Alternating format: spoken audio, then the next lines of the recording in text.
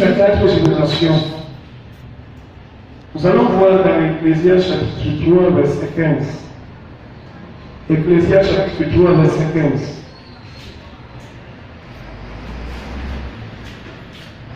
Ce qui est a déjà été, et ce qui sera a déjà été. Et Dieu ramène ce qui est passé. Alléluia. Il n'y a rien que Dieu dit qui n'a pas encore été. Alléluia. Amen. Ce qui est a déjà été, et ce qui sera a déjà été. Et Dieu ramène ce qui est passé. Alléluia. Amen. La Bible dit que la situation que tu vis aujourd'hui a déjà existé et a été vécue par tes ancêtres. Ton futur est déjà et a été décidé par tes fondements. Alléluia. Amen. Ton futur. Ne crois pas que ce que tu vis aujourd'hui est étranger. Tout ce que tu vis aujourd'hui a déjà été. Alléluia. Amen. Les ancêtres ont vécu ce que tu vis. Dieu va nous ramener à nos fondements pour que nous les traitons, afin qu'ils ne nous affectent plus. Nos fondements ne doivent nous affecter. Alléluia. Amen. Soyons pas affectés par nos fondements.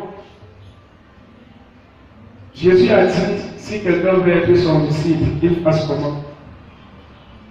Il haïsse son père, sa mère, sa femme, ses enfants, et qu'il le suive. Alléluia. Quand Jésus a parlé de cela, beaucoup de gens ont compris sa marque.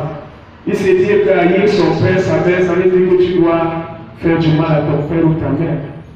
Mais c'est parce qu'il faut que tu te déconnectes. Alléluia. L'amour que tu avais pour ton père, l'amour que tu avais pour ta mère, l'amour que tu avais pour tes enfants doit être pour Jésus. Alléluia.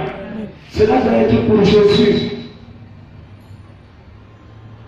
Comme je le parlais tout à l'heure, la liste des éléments qui constituent les fondements.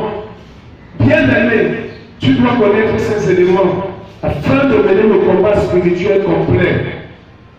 Nous avions vu au début de ce programme que le combat est spirituel. Le combat n'est pas charnel. C'est un programme de combat spirituel. Le combat est spirituel, non charnel. Nous n'avons pas à lutter contre la chair et le sang. Alléluia. Amen. Si tu luttes contre les autels et les alliances sataniques seulement, alors sache que tu n'as pas encore fait le tour complet des différents aspects concernés. Tes prières devront toucher tous les 16 aspects des fondements cités ci-dessous. Le premier élément du fondement, le premier élément de ton fondement, c'est quoi? C'est l'autel. Alléluia. Commence par détruire l'autel qui a été bâti dans ta famille. L'autel qui a été bâti dans ta famille, tu dois commencer à renverser cet autel. Alléluia. Si tu veux être délivré, il faut identifier l'autel qui règne dans ta famille. Le lieu de ta naissance est une porte ouverte. Tu es né où? Cherche à reconnaître là où tu es né. Et quel est l'esprit qui influence cette ville? Quel est l'esprit qui influence ce village, là où tu es né? L'autel, c'est quoi? Lorsqu'on parle de l'autel, il faut identifier l'autel. L'autel, c'est quoi? L'autel, c'est un lieu où les alliances ont été contractées. Le lieu où on a dédié la terre. On dédie la terre et le peuple. Les ancêtres se sont assis. Ils ont déclaré les paroles. Dans notre village, lorsqu'un fils va épouser sa femme, nous les parents, nous allons arracher. Ils ont décidé cela et cela agit dans la famille. C'est un autel. Alléluia. L'esprit d'adultère, c'est un autel. Ils ont dit, dans notre famille, nous allons boire le vin rouge. Les gens seront seulement les ivrognes, les alcooliques. Personne ne pourra évoluer. Et ça influence la famille. C'est un autel. Tu dois le détruire. L'autel satanique a le pouvoir d'affecter des personnes de génération en génération. Alléluia. Amen. Tel satanique a le pouvoir d'influencer les personnes de génération en génération. Tu peux être en train d'échouer. Tu peux être en train de vivre les blocages à cause de l'autel. Le deuxième élément que tu dois détruire, c'est le sacerdoce et le sacrificateur. Le sacerdoce qui règne dans ta famille et le sacrificateur. C'est Satan qui établit les gens comme sacrificateur pour faire le sacerdoce. Le rôle du sacrificateur satanique est de recevoir l'offrande des mains du peuple. Tu vas arriver chez le marabout, il va te demander un sacrifice. Alléluia. Amène le corps. Amène la chair. Amène ceci, amène cela. Et lorsque tu amènes ces choses, c'est pour faire un sacrifice. Alléluia. C'est pour faire un sacrifice. Ainsi, lorsque tu donnes un sacrifice, tu permets à l'esprit d'avoir une emprise sur ta vie. Lorsque tu vas donner un sacrifice au marabout, tu permets à l'esprit d'avoir une emprise sur ta vie. Alléluia. Tu as déjà d'ouvrir la porte à l'esprit, d'avoir une emprise dans ta vie. Tu dois le traiter avec le sacerdoce satanique. Ce sacerdoce qui influence ta vie. Il faudrait que tu traites avec lui. Les intermédiaires tels que les féticheurs, les médiums, les devins, les occultistes, et toute personne qui offre un sacrifice spirituel, un service spirituel, en dehors de l'esprit de Dieu véritable. Il faut faire des recherches. Alléluia. Amen. Il faut que tu fasses des recherches. Pourquoi ma vie n'avance pas? Pourquoi je tourne à rond? Il faut faire des recherches sur l'héritage du sacerdoce. Lorsqu'un membre de la famille qui doit hériter ne me fait pas, la malédiction réagit sur tout le monde. Satan fait vivre l'alliance avec les hommes parce qu'il sait que Dieu est le Dieu d'alliance. Alléluia. Amen. Satan est toujours prêt à faire des alliances. Le troisième élément du fondement, c'est les alliances sataniques. Il faut briser les alliances sataniques.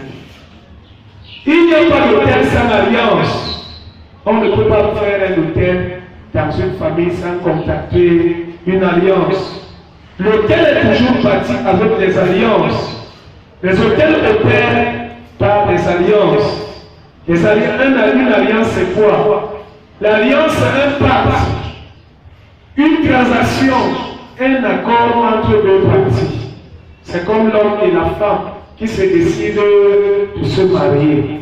C'est une alliance. Alléluia. C'est une alliance. Toutes les alliances ancestrales nous apportent des difficultés. Les alliances de nos ancêtres nous apportent des difficultés. Il faut connaître toutes ces alliances qu'ils ont tissées, les promesses qu'ils ont faites, les paroles qui ont été dites. Qu'est-ce que les ancêtres ont dit? Les choses, les clauses de l'alliance, les conditions de l'alliance, tu dois connaître tout cela. Et le quatrième élément sur les fondements, il y a les symboles de l'alliance. Les symboles de l'alliance. Tu dois connaître les symboles de l'alliance. C'est ce qu'on a pris pour sceller cette alliance. On a pris quoi pour sceller l'alliance? Par exemple, le symbole de l'alliance de Jésus-Christ. Nous croyons en Jésus-Christ.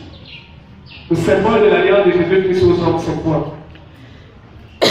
Qui connaît le symbole de l'alliance de Jésus-Christ avec les hommes, c'est quoi? Je vous écoute. Le symbole de Jésus-Christ, de l'alliance avec Jésus-Christ, c'est quoi? Avec les hommes, c'est quoi? Tu as répondu, je dis, oh, je suis en train de faire la révision que tu as oublié. C'est le sang. Alléluia. Le sang de Jésus-Christ est le symbole de l'alliance qu'il a avec nous. Alléluia. On la recommence.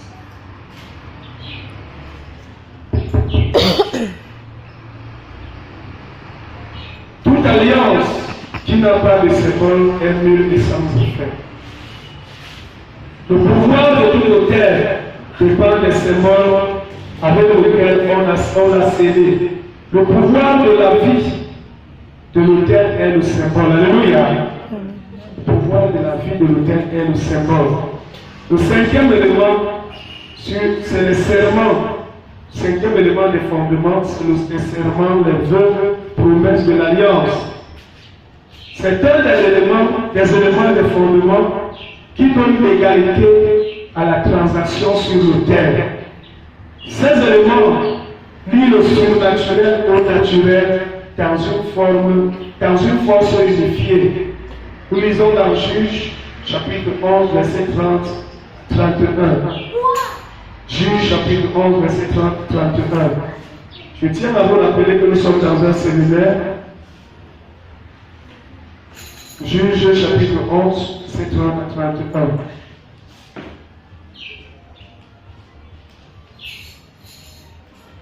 Séminaire, c'est un moment d'enseignement où nous découvrons beaucoup de choses. Jephthé fit un vœu à l'Éternel et dit: si tu livres totalement entre mes mains les Ammonites, quiconque sortira des portes de ma maison, ma rencontre, à mon heureux retour chez les Ammonites sera consacré à l'Éternel et je l'offrirai en holocauste. Alléluia. Ici, c'est le vœu que Jephthé a fait. Il faut trouver les vœux et les promesses que les ancêtres ont fait pour pouvoir traiter avec les fondements de votre famille. Quels sont les vœux que les ancêtres ont fait? Moi, je vais vous donner l'exemple positif de mon côté. Je suis né et les parents m'ont informé comment je suis né. Alléluia. Je ne suis pas né, il n'y a pas eu un vœu négatif qui a été fait pour que je sois né. Les parents sont restés avec les pasteurs toute la nuit dans la prière. Comme nous avions passé la nuit de traversée ici, ils ont passé une nuit de prière pour que je sois né. Ils ont demandé à Dieu qu'ils veulent un fils, parce qu'ils avaient déjà une fille. Ils veulent un fils. Et lorsqu'ils demandent à Dieu un fils, ils disent à Dieu: si je donne le fils, ce fils sera dans ton service. C'est ça le vœu. Alléluia. Et pendant qu'ils étaient en train de prier, la prophétie est sortie que Dieu a donné un fils au nom de Simon-Pierre qui sera pour son service. Ma mère n'avait pas la possibilité de concevoir, elle concevait sa passe. Elle conçoit sa passe, elle conçoit sa passe. Mais lorsque cette nuit de prière est passée, la prophétie est sortie, la grossesse est entrée, ils ont continué à prier jusqu'à ce que je suis né. Alléluia. C'est un exemple que je vous donne. Là, c'est un vœu positif qui a été fait sur mon fondement. Parce qu'un vœu a été fait. Et il faut le connaître pour y renoncer. Alléluia. Si un vœu a été fait dans ta vie, il faut le connaître ce vœu et non renoncer un vœu négatif. Les parents en guerre ont fait beaucoup de vœux aux hôtels sataniques. Et les enfants ne respectent plus ces vœux aujourd'hui.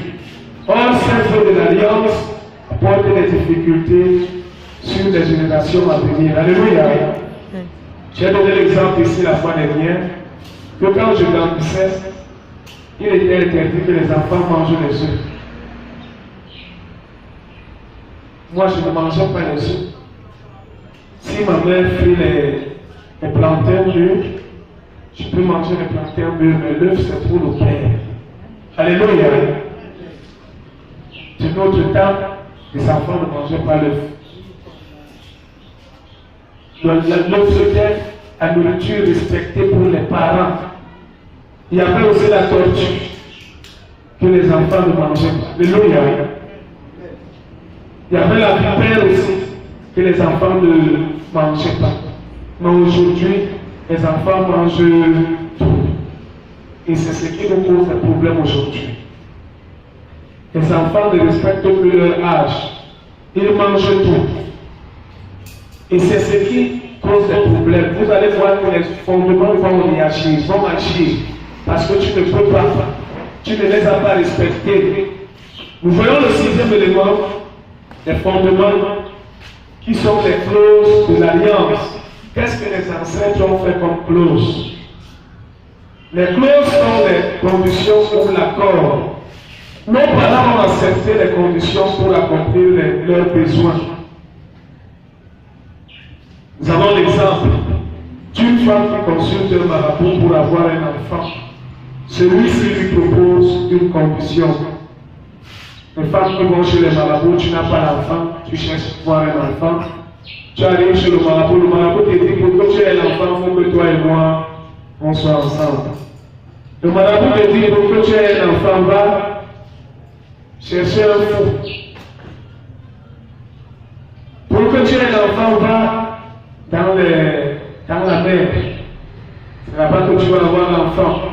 Le marabout va te conditionner. Et lorsque tu obéis à ces conditions, ton enfant sera affecté.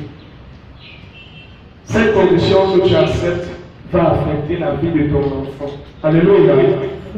L'enfant peut naître, mais cet enfant sera maudit. Cet enfant aura la malédiction. Parfois, nous voyons les enfants qui naissent mongols. Un enfant qui est un genre, il est né mongol.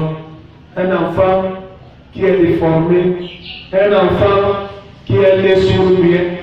Il ne parle pas. Un enfant qui est né sans yeux. Il n'a pas les yeux. À cause de ce que tu as cherché chez le marabout.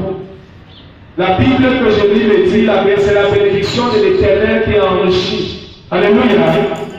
C'est la bénédiction de l'Éternel qui enrichit. Et il la fait suivre le cœur chacun. L'enfant que le marabout te donne est un enfant maudit. Il faut toujours connaître les clauses des alliances pour les traiter. Alléluia. Amen. Les clauses des alliances pour traiter les fondements. Le septième élément des fondements, c'est les sanctions de l'alliance. Les sanctions de l'alliance.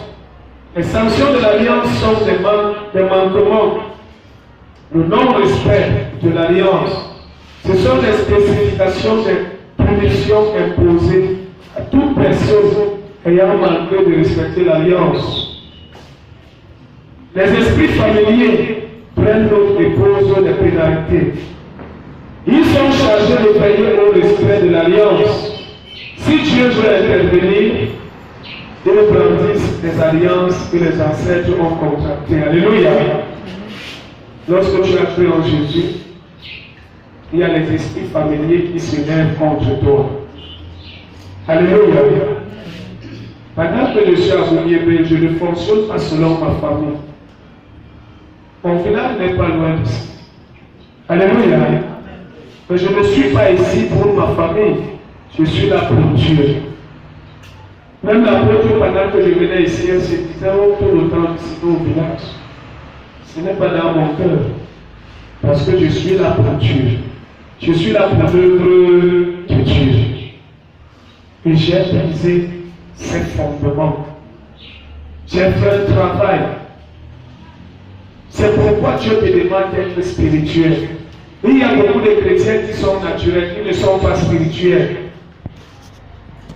Je me rappelle un jour, je suis parti à Libreville, et lorsque j'arrive à Libreville au Gabon, mon esprit retourne au village. Je suis au Gabon. Mon corps est au Gabon, mais mon esprit rentre au village. Tout ce que je faisais à Libreville, mon cœur était seulement que retourne au village. C'est un exemple que je vous donne. Au point où je ne pouvais pas mettre l'homme au Gabon. Je ne pouvais pas mettre l'homme au Gabon. Tout le temps, il fallait que je vienne au Gabon. Qu'est-ce que j'ai fait? Je suis arrivé dans mon village. J'ai prêché comme je prêche là. Et j'ai demandé à ma famille de me libérer. C'était à l'église. Dieu m'a donné un message. Et j'ai prêché, je les ai dit qu'ils me libèrent. Pourquoi quand je pars en mission au Gabon, mon esprit rentre au village? Ça veut dire qu'il y a quelque chose qui ne va pas. Alléluia. Tu vas couper parce que j'attends la pique de l'homme de Dieu. Sinon la batterie va finir.